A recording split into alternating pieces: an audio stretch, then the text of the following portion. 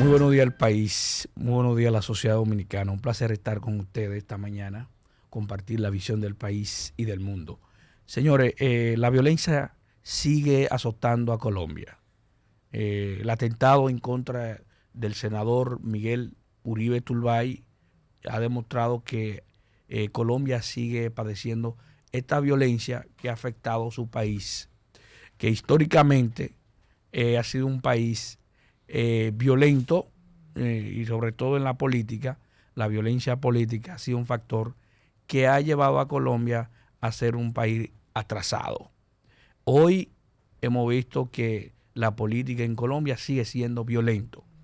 Ese atentado en contra del senador Miguel Uribe Turbay, del partido de Centro Democrático, que es el partido de Álvaro Uribe Vélez, que fue 2 veces presidente de Colombia, en 2002 al 2010, que este joven tenía una muy buena proyección en la política de Colombia y era uno de los principales opositores del gobierno de Petro, uno de los hombres que enfrentaba vehementemente al gobierno de Petro, y un senador que se convirtió en el 2022 en uno de los senadores más votados, y creo que fue el más votado, y además había sido candidato por el Partido Centro Democrático a dirigir el alcalde mayor de Bogotá, que en el 2019 que quedó en un 4º lugar, había sido concejal y secretario general del ayuntamiento de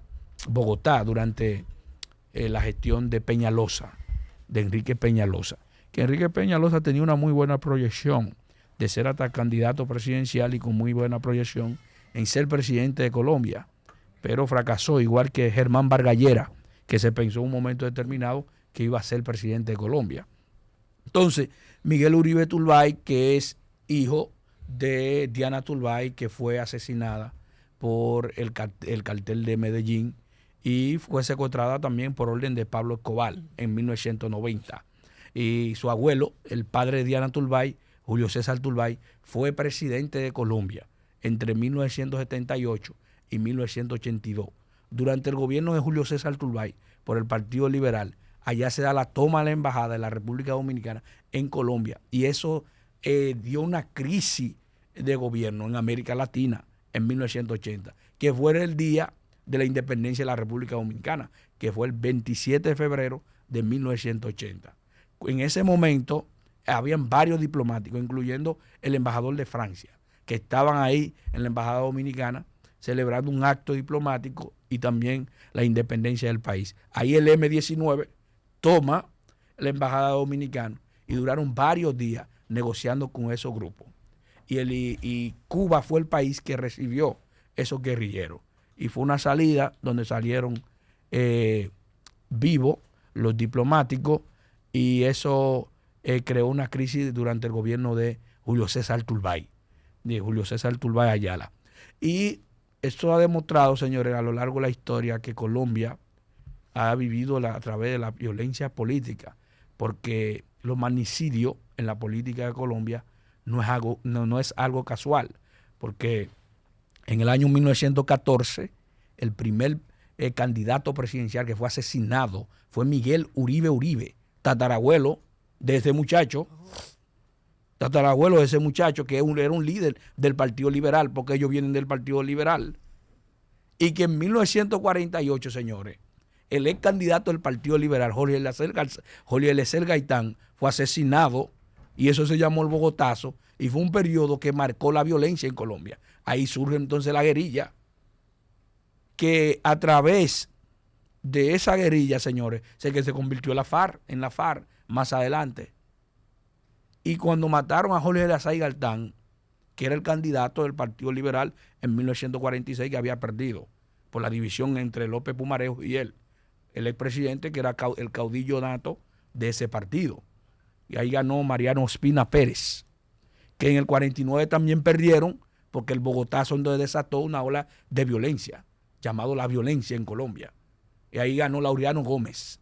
Y Laureano Gómez fue derrocado en 1950. Ahí es donde viene la dictadura de Gustavo Rojas Pinilla, que después tuvo que regresar la democracia a través de un frente el llamado Frente Nacional, donde se alternaba en el poder entre los liberales y los conservadores. Entonces, ¿qué pasó? Que en 1985, cuando se da la toma del Palacio de Justicia en Colombia, donde muere el señor Alfonso Reyes Echandía, siendo el presidente de la Suprema Corte de Justicia durante el gobierno de Belisario Betancourt, que había ganado en el 82 por el Partido Conservador. ¿Y qué pasó? Betancourt intentó reintegrar esos grupos guerrilleros y esos grupos paramilitares al sistema político. Se hizo un acuerdo parcial con la FARC y ahí surge la Unión Patriótica. Todos esos líderes se reintegran al sistema político y participan en un proceso electoral. No obstante de eso, en 1988 se da otro acuerdo político con el M-19, el grupo que había tomado la Embajada de la República Dominicana y también la toma del Palacio de Justicia durante el gobierno de Virgilio Barco. ¿Y qué pasó, señores? Un año después del 1986, señores, en 1987, asesinan al candidato de Unión Patriótica, que era Jaime Pardo Leal. Luego tomó la candidatura Bernardo Jaramillo Osa, asesinado en 1989.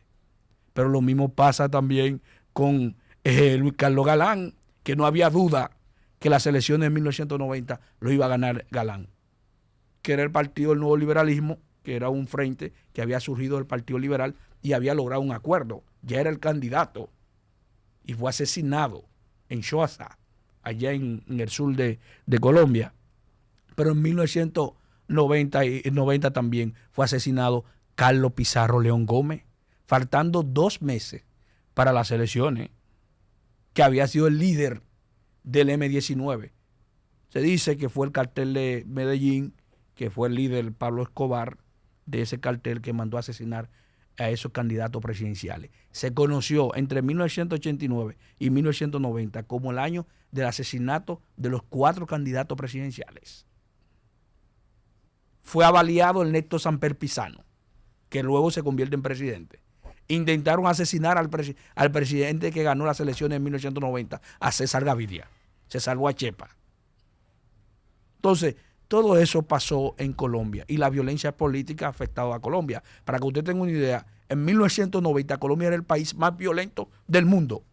Tenía 85 homicidios por cada 100.000 habitantes. No había un país en el mundo que tenía ese número.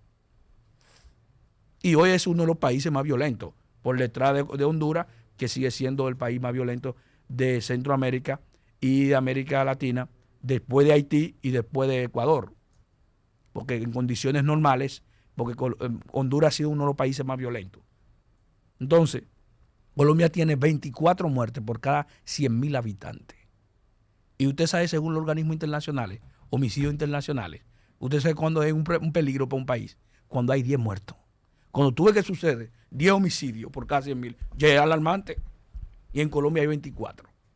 Entonces, yo entiendo que ese atentado en contra del precandidato del Partido Centro Democrático es un atentado que nosotros rechazamos vehementemente, firmemente, así como el repudio que ha tenido a través de los líderes mundiales y principalmente de sus líderes de su partido, que es el señor Uribe, y también Iván Duque, que ha rechazado ese atentado, y el presidente Petro también. Nosotros entendemos que Colombia debe reformar, debe hacer una refundación de su política y también enfrentar la guerrilla, enfrentar el narcotráfico, enfrentar los grupos paramilitares que viven en la selva, a pesar de que el presidente Petro ha intentado hacer negociaciones, tratar de salir, de que ellos salgan de la clandestinidad y entran al sistema político. Colombia no ha sido el país más desarrollado de América Latina, ha sido por el narcotráfico y también por la guerrilla. Debió ser un país con mucha cultura. Y en Colombia el ciudadano común te ha leído 40 y 50 libros. Entonces se mide el nivel de cultura por la formación que tienen los pueblos. Entonces, sin embargo, ese ha sido el talón de Aquiles de Colombia. Finalmente, señores, parece ser que la historia se ha repetido en Colombia, no solo como tragedia, no solo como comedia, sino como tragedia. Panorama FM 96.